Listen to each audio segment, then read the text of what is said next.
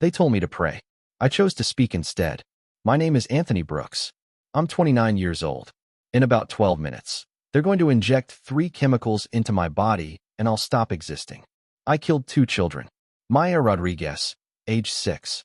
Her brother Carlos, age 8. They were playing in their front yard when I drove by and opened fire. I wasn't aiming at them. I was aiming at someone else. But that doesn't matter. They're still dead.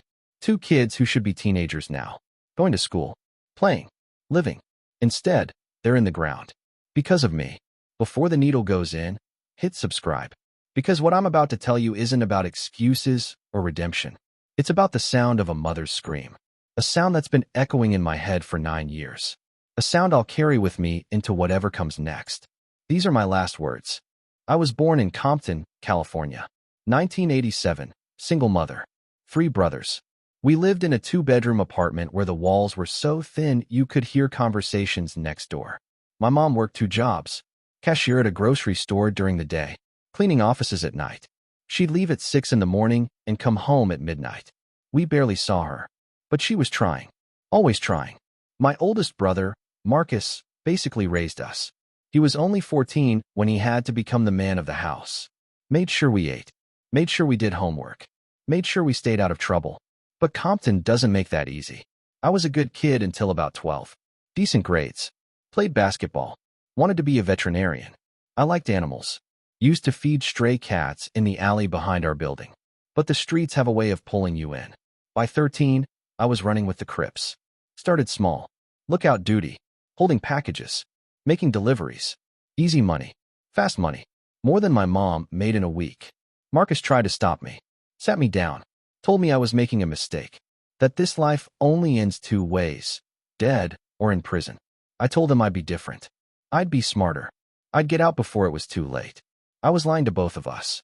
By 15, I was carrying a gun. By 16, I'd been shot twice. By 18, I'd shot 3 people. None of them died. Just injuries. Territorial disputes. Gang stuff. I told myself it was survival. That this was the only way to protect myself. To protect my family. To earn respect. But really?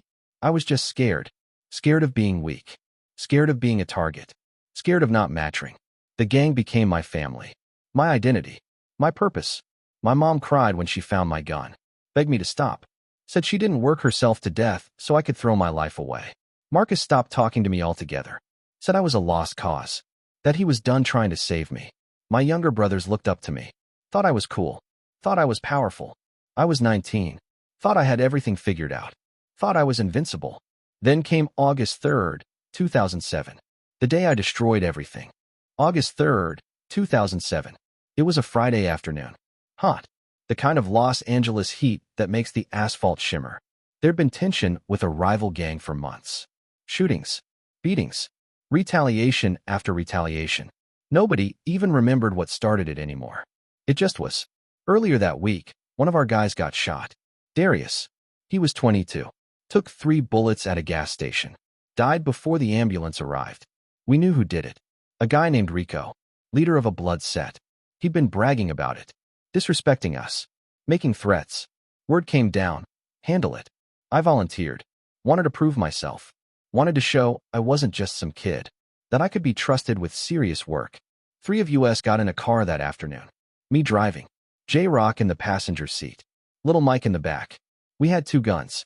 A 9mm and a .45. I had the 9. We drove to Rico's neighborhood. East Side. Blood territory. Dangerous for us. We spotted him around 4 p.m. He was standing on the corner with 2 other guys. Talking. Laughing. Probably planning their next move. There he is, J-Rock said. Pull up slow. My heart was pounding. My hands were sweating on the steering wheel. I drove down the block. Slow. Trying to look casual. As we approached, I saw something else. A house. A small house with a chain-link fence. In the front yard, 2 kids were playing. A girl and a boy. The girl was riding a tricycle. The boy was drawing with chalk on the driveway. They looked happy. Innocent. Completely unaware of what was about to happen. I should have stopped. Should have driven away. Should have told them we'd come back another time. But I didn't. Now, J-Rock said. I stopped the car. J-Rock leaned out the window with the .45. Started firing at Rico and his guys. Then I leaned out my window with the 9mm. Started firing too. The sound was deafening. Pop, pop, pop, pop. Rico and his guys scattered, running, diving behind cars. I kept shooting. Emptied the entire clip. Wasn't even aiming anymore. Just pulling the trigger. Then I heard it. A scream. Not from Rico. Not from his guys. From the house with the chain-link fence. I looked over. The little girl was on the ground. Not moving. The tricycle tipped over beside her. The little boy was a few feet away. Also down. Also still. And standing in the doorway of the house was a woman. Their mother. Maria Rodriguez. She was screaming. A sound I'd never heard before. Raw. Primal. The sound of a soul breaking. She ran to her children. Scooped them up. Blood everywhere. So much blood. Oh God. Oh God. No. No. No. I just sat there. Engine still running. Gun still in my hand. Frozen. Drive. J-Rock yelled. Drive. I drove. We ditched the car 3 blocks away. Burned it. Ditched the guns in a drainage canal. I went home. Locked myself in the bathroom. Threw up until there was nothing left. The news that night showed everything. 2 children dead. Maya Rodriguez, age 6. Carlos Rodriguez, age 8. Shot multiple times in a drive-by shooting.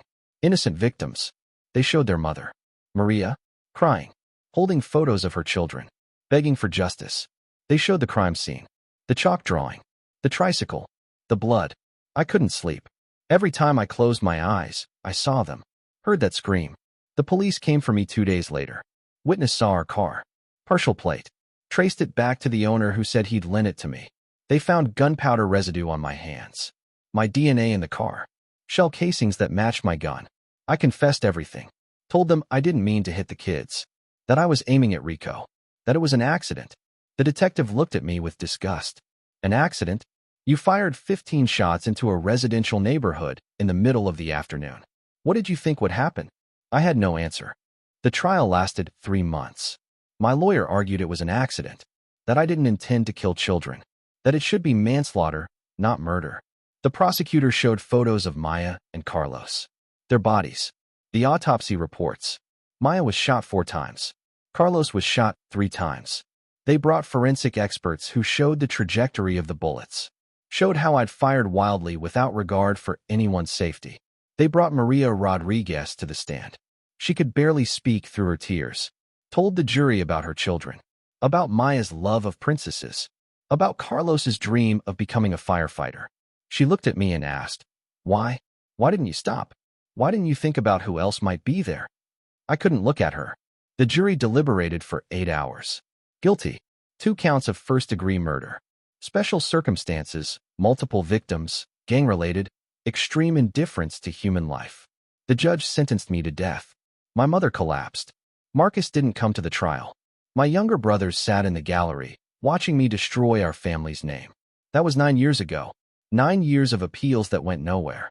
9 years of living with Maya and Carlos in my mind. 9 years of hearing Maria's scream. This morning, they woke me at 4 a.m. The routine. The shower. The clothes. Last meal was fried chicken, mac and cheese, collard greens. My mom's recipes. Couldn't eat it. The smell just reminded me of home. Of before. The chaplain came at 8 a.m., told me to pray. To ask God for forgiveness. I told him I didn't deserve forgiveness. That some things are unforgivable. He said God forgives everything. I said maybe God does. But I don't think Maria Rodriguez ever will. And she shouldn't. They let me call my mom at 10 a.m. She answered immediately. Like she'd been sitting by the phone waiting. "Anthony." "Hi, Mama." She broke down. Just sobbed into the phone. "I'm sorry, Mama. I'm so sorry for everything. For disappointing you. For wasting the life you gave me. You're my baby," she whispered. "You'll always be my baby. I love you. I love you so much. I love you too, Mama. I'll see you again someday, baby. In heaven. I'll see you." I hope she's right. But I'm not sure heaven is where I'm going. The warden came at 5 p.m. Read the execution order. "Anthony Brooks, do you understand?" "Yes, sir. It's time." 47 steps from my cell to the execution chamber. Each step feels heavier than the last. 1, 2, 3. I think about Maya on that tricycle. Pink. With streamers on the handlebars. 15, 16. I think about Carlos's chalk drawing. A house. A son. A family. 30, 31. I think about the mother's scream. That sound that's haunted me every single night for 9 years. 45. 46. The door is ahead. Gray metal. Final. 47. The warden opens it. Inside, the execution chamber looks clinical. White walls. Bright lights. The gurney waiting. 3 windows. Window 1, victim's family. Maria Rodriguez is there. Her husband, Rafael. Maria's mother. Rafael's brother. All wearing black. All staring at me. Window 2, my witnesses. My mother. She's aged 20 years and 9. My brother Marcus came. First time I've seen him since the trial. Window 3, media. 9 reporters. Please lie down, the warden says. I walk to the gurney. My legs feel weak, but I don't stumble. I lie back. The ceiling is white. Blank. They strap me down. Arms. Legs. Chest. Head. The 4 technician comes. Finds a vein. Slides the needle in. First the right arm. Then the left. The chaplain leans close one more time. God loves you, Anthony. I nod but say nothing. The warden steps forward. Anthony Brooks, you have been sentenced to death by the state of California for the murders of Maya Rodriguez and Carlos Rodriguez. Do you have any last words? I look toward window 1. Toward Maria Rodriguez.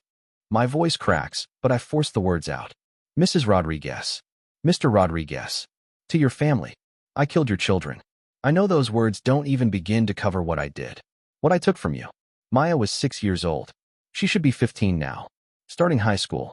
Worrying about boys and friends and all the normal things teenage girls worry about. Carlos was 8. He should be 17. Learning to drive. Playing sports.